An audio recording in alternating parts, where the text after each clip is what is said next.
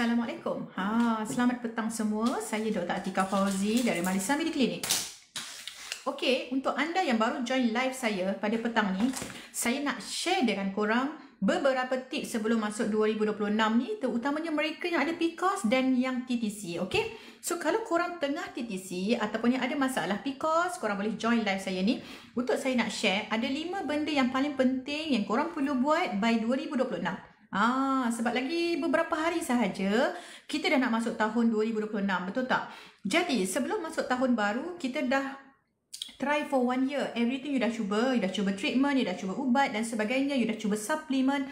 Tetapi saya punya live ini hanya untuk mereka yang belum berjaya hamil, okay? So yang belum berjaya hamil, please take note, ada 5 benda yang korang wajib buat by 2026 awal.